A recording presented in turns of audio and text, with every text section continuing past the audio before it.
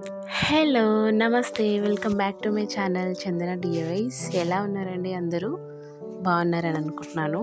So, నేనైతే ఇక్కడ చాలా బాగున్నాను. ఈరోజు ఒక మంచి రెసిపీతో మీ ముందుకొచ్చాను. అదే మెంతికూర పచ్చడి. సో, మెంతికూర పచ్చడి ఎంతమందికి ఇష్టం? నాకైతే చాలా ఇష్టం. చాలా టేస్టీగా ఉంటుంది. అసలు దానివల్ల మాత్రం హెల్త్ బెనిఫిట్స్ చాలా ఉన్నాయి. సో, క్విక్గా పచ్చడి ఎలా చేస్తారో చూసేద్దాం. ముందుగా నేను ఇక్కడ మెంతికూరని మొత్తం గిల్లేసి పెట్టుకున్నాను. దాన్ని ఒక 2-3 టైమ్స్ వాష్ చేసుకోవాలండి. ఎందుకంటే మనకు ఆకుకూరల్లో ఎప్పుడైనా మట్టి పట్టుకుంటుంది. సో మట్టిని బాగా కడుక్కోవాలి. లేదంటే అది మన స్టమక్లోకి వెళ్ళిపోయి కిడ్నీలో స్టోర్ అయిపోయి స్టోన్స్ అది ఇది అని మళ్ళీ పెద్ద ప్రాబ్లం. ఇక్కడ నేను ఒక 3 టైమ్స్ వాష్ చేసుకున్నానండి ఆకుకూరని. దాన్ని పక్కన పెట్టేసుకొని ఇక్కడ కొన్ని టొమాటోస్ కూడా కట్ చేసి పెట్టుకుంటున్నాను. ఇక్కడ నేను ఒక పెద్ద మెంతికూర కట్టకి ఒక 1/2 కిలో టొమాటోస్ అనేది తీసుకొని వాటిని కట్ చేసి పెట్టుకున్నాను. మీడియం సైజులోనే కట్ చేసుకున్నాను. ఎందుకంటే మనం ఇక్కడ ఫ్రై చేస్తాం కాబట్టి కాస్త పెద్ద సైజులోనే ఉండాలి. తర్వాత తగినన్ని పచ్చిమిర్చి తీసుకొని కడిగేసి పెట్టుకొని స్టవ్ మీద ఒక కడాయి పెట్టేసుకొని కడాయిలో వేసేసుకోవడమే. సో ఇప్పుడు పచ్చిమిర్చి టొమాటో వేసుకున్నాక ఒక 2 సార్లు కలిపేసుకొని తర్వాత ఆయిల్ యాడ్ చేసుకోండి.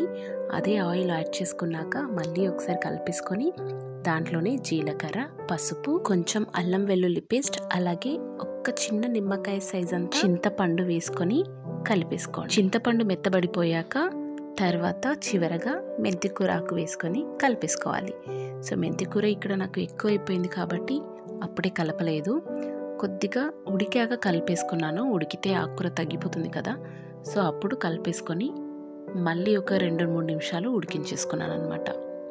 సో ఇలా ఉడికాక మనకి చూసారా వాటర్ అనేది టొమాటోలో ఉన్నదంతా బయటకు వచ్చేస్తుంది. ఈ వాటర్ అంతా ఇంకిపోయే వరకు ఉడకబెట్టుకోవాలన్నమాట. ఇక్కడ వాటర్ మొత్తం ఇంకిపోవడానికి మనకి 3 to 5 మినిట్స్ వరకు టైం పడుతుందండి.